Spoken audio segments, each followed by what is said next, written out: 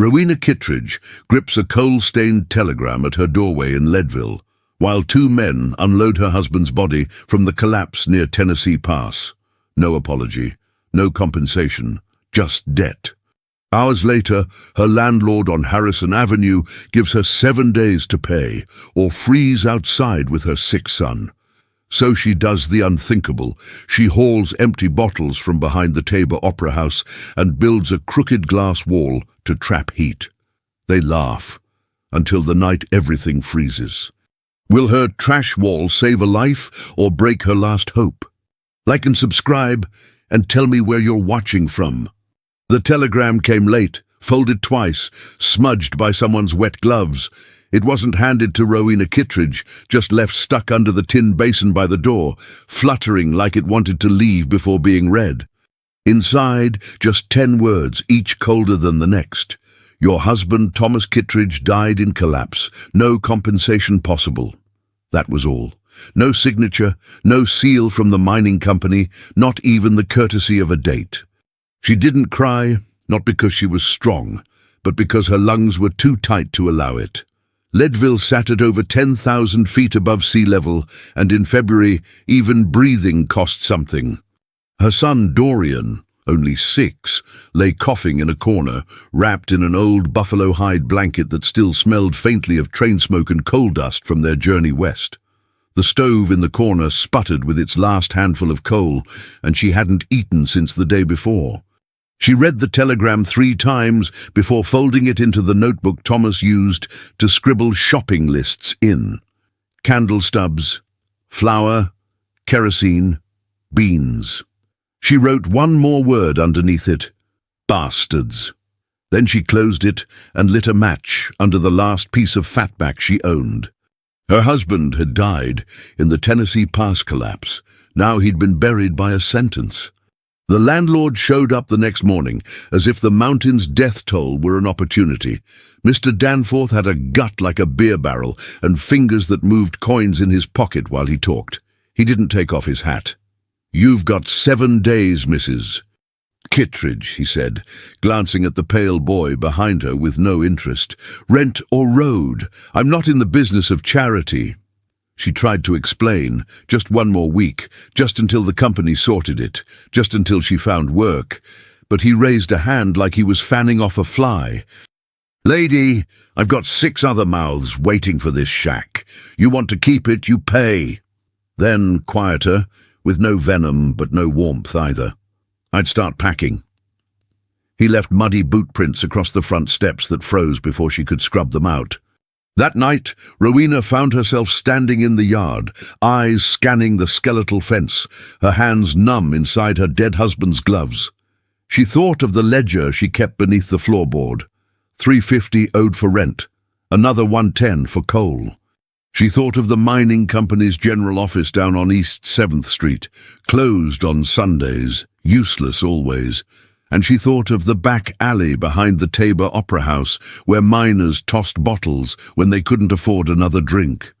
That same night, long after the coughing fit subsided and Dorian fell asleep murmuring the Lord's Prayer under his breath, Rowena slipped out with an empty potato sack. She didn't wear a coat, just the wool shawl Thomas's mother had sent from Quincy 2 winters ago, the hem already unraveling.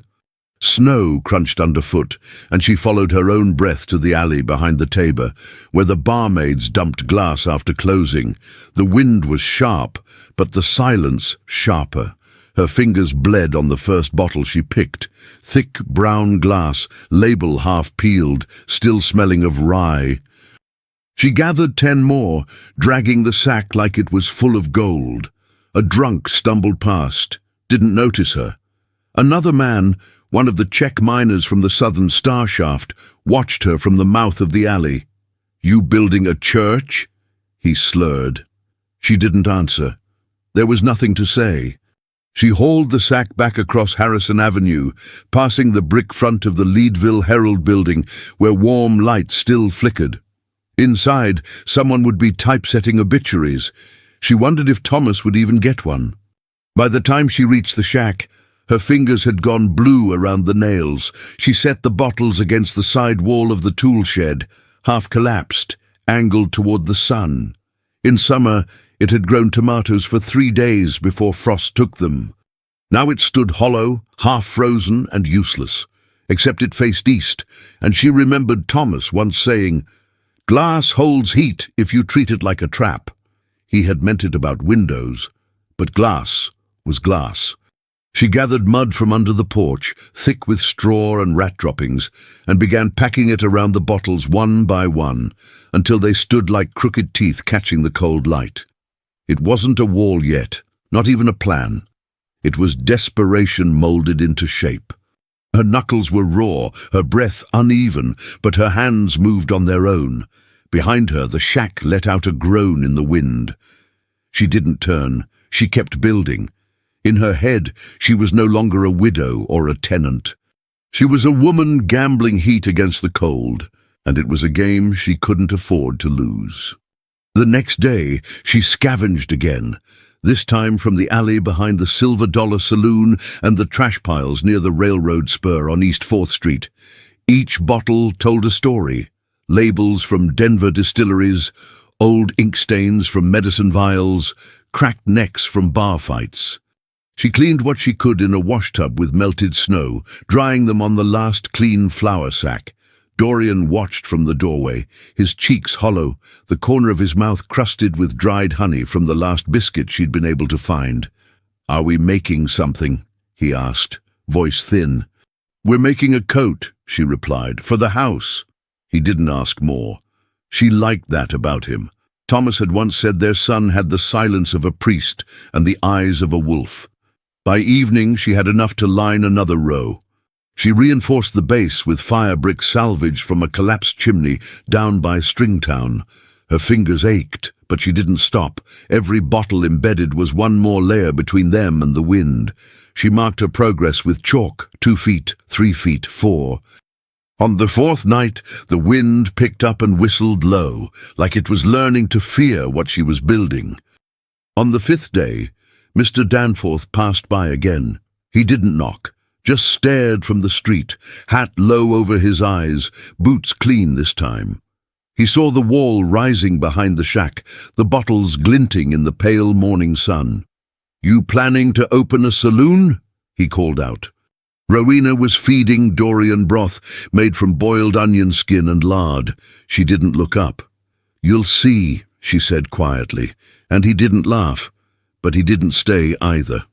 That night, she crouched beside the wall, pressing her palm against the interior mud. It wasn't warm, but it wasn't cold either. She lit a match and watched the flame flicker slower than before. That was something. She folded Thomas's old shirt and stuffed it in the corner to insulate a gap. She didn't pray. She made no promises. But when she sat beside her son, his head tucked under her arm, she told him, "Next week there will be green. Even if it's just a weed, it'll be ours." Dorian didn't answer. He didn't need to. She kissed his hair and closed her eyes, already counting which alley to search next. Rowena's days settled into a rhythm that left no room for doubt or softness. She rose before dawn, before the cold had fully released its grip on the floorboards, and heated water in a dented tin kettle Thomas once bought at a hardware stall near East 6th Street. The kettle never whistled any more. It only rattled, as if tired of announcing itself. She washed her face, wrapped her hands in strips torn from an old flour sack, and stepped outside with a burlap bag slung over her shoulder. She knew which boarding houses dumped bottles behind their kitchens and which saloons along Harrison Avenue emptied their refuse before sunrise to avoid complaints. She kept her eyes low, not out of shame, but calculation. A woman who made eye contact invited questions. Questions slowed her down. By the time the bells near the courthouse rang 8, she usually had a dozen bottles clinking in her sack. Brown, green, thick glass meant to survive rough handling. Back home, she mixed mud and straw in a broken wash basin, kneading it with her bare hands until her fingers split. She pressed each bottle into place along the shed wall, angling them carefully, all facing the weak winter sun. It looked wrong. She knew that. Uneven. ugly, but it was standing. That mattered. Inside the shack, Dorian watched from the table, spooning thin oatmeal into his mouth. "Is it working?" Lubazi asked. She didn't answer yet. She was waiting for proof. The proof did not come quickly, but the laughter did. By the third morning, people had begun to notice the wall rising behind the shack, bottles catching light like mismatched eyes. A woman from the boarding house 2 doors down stopped to stare, hands on her hips. "She's finally lost it," she said to no one in particular, building herself a window out of rubbish. Another voice answered, sharper, amused. "Maybe she thinks the sun'll take pity." Rowena heard every word as she pressed another bottle into the mud, felt the heat rise in her chest, and buried it under work. The laughter grew bolder when Franklin Hollis joined in. He owned the general store near the corner of Harrison and Chestnut, and his opinions carried weight because he extended credit, selectively. He walked past one afternoon with the Leadville Herald folded neatly under his arm, stopped, and leaned close enough that she could smell tobacco on his coat. "I'll wager you a sack of flour," he said, loud enough for others to hear. "That first good wind takes this whole foolish thing down." She didn't look at him. She smoothed mud with the heel of her hand. "I don't gamble," she replied. That drew more laughter. Hollis shrugged. "Suit yourself," he said, tapping the newspaper. "Town's already placed its bet." When he walked away, Rowena felt the sting settle somewhere deep, not as pain, but pressure. That night, after Dorian fell asleep with his chest finally quiet, Rowena sat at the small table beneath the single oil lamp. She unfolded a scrap of paper she had cut from the back of the Herald weeks ago and wrote carefully, as if the words might escape. "Dorian." She paused, then added, "The house." After a moment she wrote, "What's left of me." She stared at the list, then folded it twice and slid it into the narrow drawer where Thomas used to keep his accounts. That drawer still smelled faintly of ink and coal dust. The next morning she returned to work. She hauled heavier bottles now, medicine vials from behind the boarding house that served miners near California Gulch, thick glass meant to hold laudanum. She reinforced the base of the wall with bricks scavenged from a collapsed chimney behind a closed bakery. When a gust rattled the bottles, she froze, heart pounding, but nothing fell. A boy passing by kicked at the dirt and asked, "What's it for?" She considered lying, then didn't. "To keep us alive," she said. He frowned, unsatisfied, and ran off. That afternoon, Hollis watched again from across the street. This time he didn't speak. His silence was heavier than his mockery had been. By midweek, her hands were swollen and cracked, but the wall stood shoulder-high. The mud dried unevenly, pulling away from some bottles, and she patched it with more straw and clay, working until her arms shook. She noticed something small but undeniable. The shed no longer felt as cold when she stepped inside, not warm, not safe, just different. She lit a match and watched the flame hesitate before leaning toward the glass. That night she boiled potatoes longer than usual, and they didn't cool as fast on the table. She didn't celebrate, she adjusted. The next day, Hollis's delivery boy came by with a sack of feed slung over his back and slowed when he reached the yard. "Mister, Hollis says it's going to snow hard tonight," he offered, uncertain. Rowena nodded. "It always does," she said. When Hollis himself passed later, he stopped again, squinting at the wall.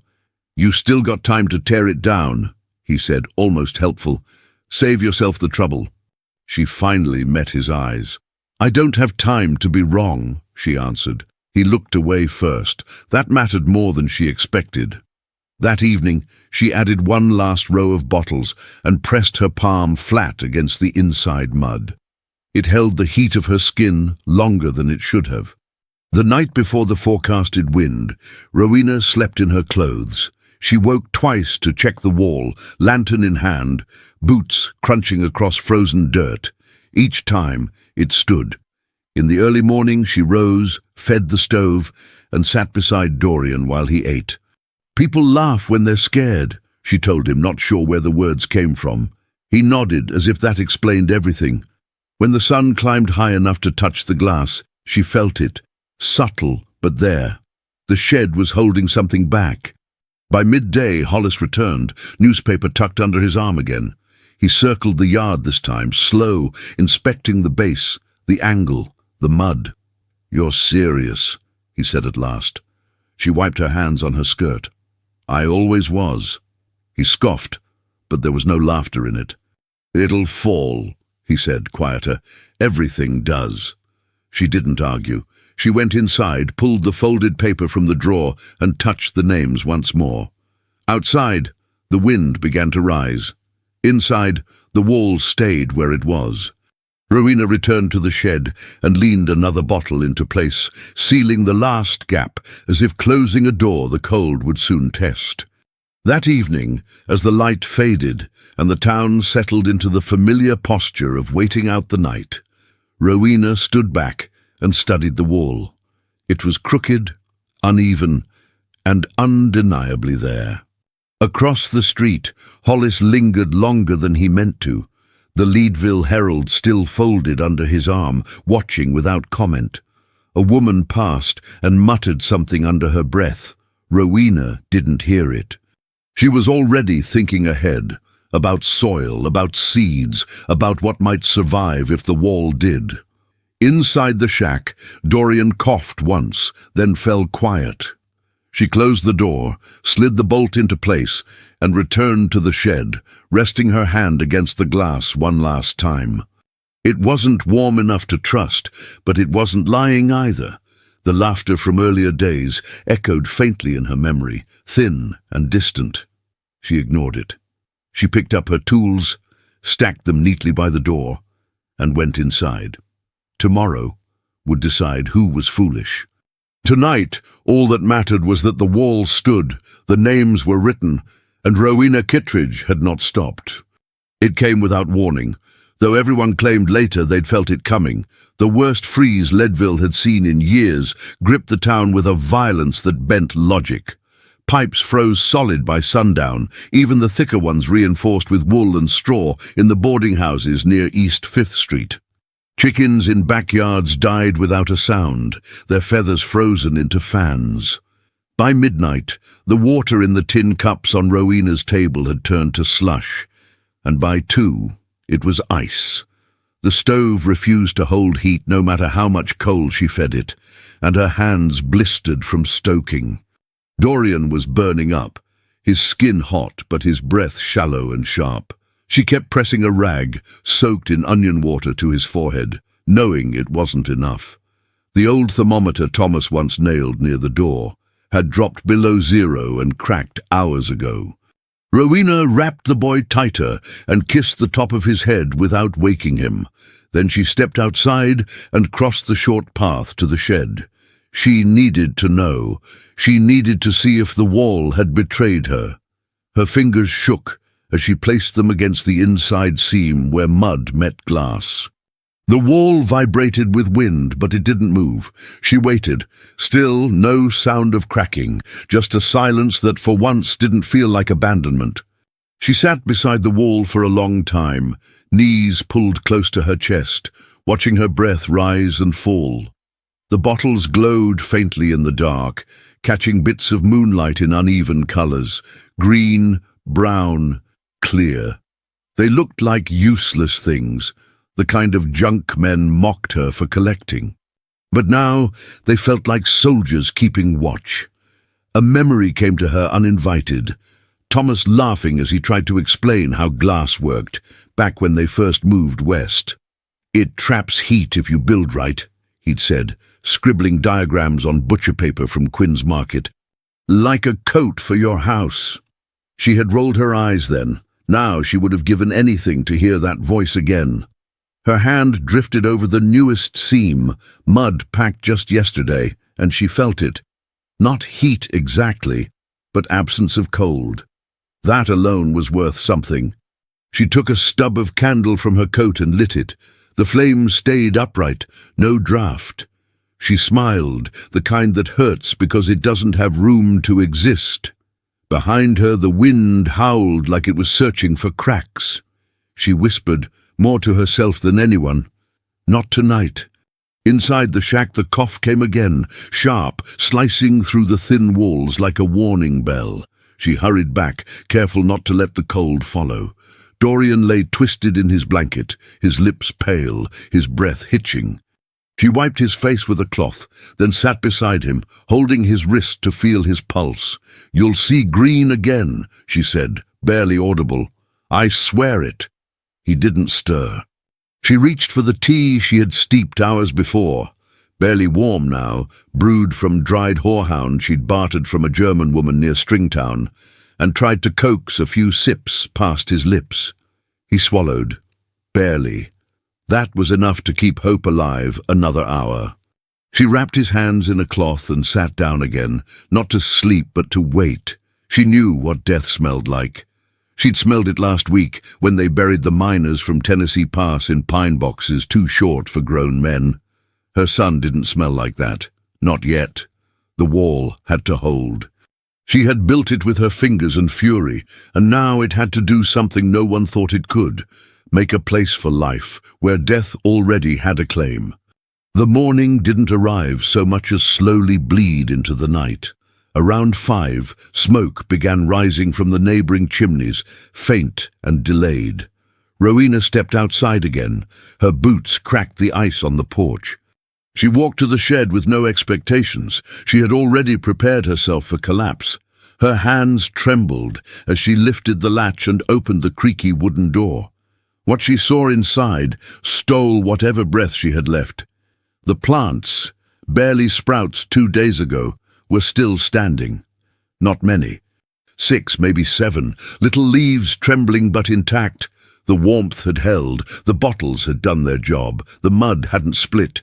She stepped in, knelt down, and touched the soil.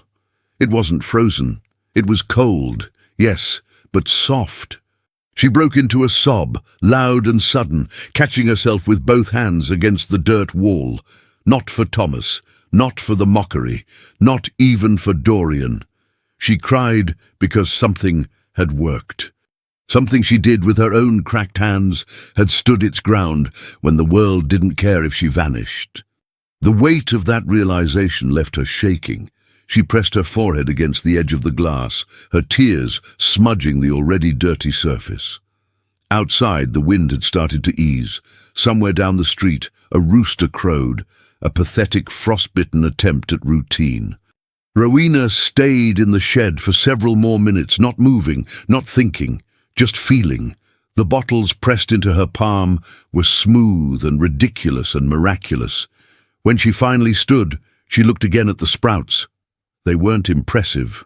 No one would believe they mattered. But they were alive. In a town where water turned solid in teacups and people froze before sunrise, they were alive. That was enough. She reached into her pocket and pulled out the little list she had written 2 nights before. She unfolded it slowly. Dorian, the house, what's left of me. She added one more line beneath them. This. Then she folded it again, tucked it into the corner of the shed, and walked back toward the shack where her son waited. When she returned to Dorian's side, he was awake, just barely. His eyes fluttered open and found her face. "Is it still there?" he asked, his voice like sand. She nodded. Still there. She placed a kiss on his forehead, then sat beside him, her hand wrapped around his. She didn't speak again. She didn't need to. That night, for the first time in what felt like months, she slept without waking. The worst of the frost had passed. The wall had not fallen. And in a town where the wind knew everyone's name, something had chosen not to break. Rowena cried again in her sleep, but this time the tears came without fear. They came because something inside her finally believed she might win at least one battle before spring. Rowena wrapped the bundle carefully that morning, her hands moving slow and deliberate over the soft flannel cloth she had taken from an old shirt of Thomas's. The little leaves inside weren't many, just enough to fill a small bowl, but they were alive. She packed them like they were relics, layering them between a scrap of newspaper from the Leadville Herald and a square of burlap to block the cold. Dorian was still asleep, his breath steady now, color finally returning to his cheeks. She stood at the doorway for a long moment before stepping outside, clutching the bundle with both hands, as if it could vanish if she blinked too fast. The walk to the market took longer than usual, the streets slick with frozen runoff and the air sharp enough to crack her lips. She passed the Tabor Opera House without looking up, ignoring the sound of crates being dragged across the back alley. When she reached the corner near the general store, she paused. There was a patch of ground just off the main drag near Harrison Avenue, where a few merchants had set out folding tables for bartering, despite the cold, despite everything. She stepped into the space slowly, unwrapping the cloth like it contained proof that the world could still be reversed. At first, no one noticed her. Two men were haggling over the price of a dented tin kettle, and a woman was selling biscuits out of a cloth-lined basket, her hands red from the cold. Rowena waited. Then with one breath she unfolded the bundle fully and revealed the impossible, green leaves, alive and unbroken, right there on her palm. A boy was the first to see them. He tugged on his mother's coat and pointed, and the woman leaned closer, her mouth half open. "Is that real?" she asked, not even blinking. Rowena nodded once. Another man approached, then another. The noise quieted. Conversations thinned. Someone murmured, "Where did it come from?" And Rowena could see it wasn't just hunger now, it was disbelief. "My yard," she said. "I grew them." There was no pride in her voice, just fact. Franklin Hollis emerged from the general store with his usual paper tucked under his arm, and for a moment Rowena braced for the familiar weight of his sarcasm. But he didn't smirk. He stopped halfway across the street and stared, his eyes locked not on her, but on the leaves. She waited for the comment. It never came. Instead, he took 2 more steps and lowered his head slightly. "I was wrong," Hollis said, voice low enough that only a few around them could hear. "Can you show me?" His eyes didn't lift, and the words seemed to cost him more than cash ever could. Rowena studied him. The same man who had laughed, who had mocked her hands and the bottles in her yard, now looked like a man who had been cold for too long. In that moment, she didn't see a storekeeper or a neighbor. She saw the same hunger that had kept her fingers bleeding through the wind. "If I teach you," she said, "you teach someone else. That's the only price." He hesitated, then nodded. "Done." She looked past him, at the crowd forming. None of them laughed now. Their faces held something harder than shame, need. One woman stepped forward with a cracked clay pot, the kind used for baking beans. "Could you show me too?" she asked, voice trembling. "I've got 3 kids. I'll trade you cloth, anything." Rowena didn't smile. "Come by tomorrow," she said, "but bring someone else with you." That was how it started. Not with shouting or cheering, but with eyes lowered and hands open. Within a week, the backyards along East 4th and Stringtown started to change. People began digging beneath frozen snow, dragging broken windows out of sheds, repurposing beer bottles from saloon refuse piles. Rowena showed them how to pack mud with ash for better insulation, how to angle the glass to catch the brief sunlight Leadville offered each day. She moved quiet between yards, offering no praise, taking no credit. But people began to speak her name differently, not as a warning, as an anchor. Children ran to fetch her when a structure cracked or when frost curled the edge of a seedling. Even Hollis, who now kept fire bricks behind his store for anyone who asked, started referring people to Rowena down by the shed. One afternoon she caught him pressing a bottle into his own wall, his hands clumsy. He didn't see her watching. He didn't need to. He was building, and that was enough. The laughter that had once stung like wind-blown grit never returned. In its place was something slower, quieter, a kind of shared work, and when people passed her yard now, they didn't sneer. They nodded. Dorian was the first to run again. It happened in late March, after 2 nights without coughing. Rowena had just finished teaching a neighbor's daughter how to stack bottles without cracking them, and when she turned, she saw him sprint from the porch to the shed, laughing, real laughter, loud and full. He circled the garden plot 3 times before collapsing near the sprouting greens. Rowena didn't say anything at first. She just walked over and knelt beside him. "You said we'd see green," he said. "You kept your promise." She reached into the pocket of her skirt and pulled out a small wooden plaque she'd carved by hand the week before. On it, she had written one word with Thomas's pocket knife: root. She walked into the shed and nailed it to the inside beam, just above where the bottles met the earth. She didn't explain it to Dorian. She didn't need to. It wasn't a grave marker. It was a beginning. By April, the walls of Leadville had changed. They were still made of scraps and sweat, but now they were shared. What Rowena had built in fear had become a map others followed. Not perfectly. Some walls fell, some cracked, but each was a line drawn against the cold. As spring pressed in, Rowena sat one morning in the garden with a bowl of greens beside her, watching her son stack kindling for the stove. The town still bore the marks of winter, but something had softened. She looked at the shed, at the glass glinting in the rising light, and felt, for the first time since Tennessee Pass, that the house was not just where Thomas had died. It was where she had stayed, where something had held, where a woman who once collected trash had made the cold retreat. And as she stood, brushing dirt from her apron, she whispered a single word into the warming air: enough.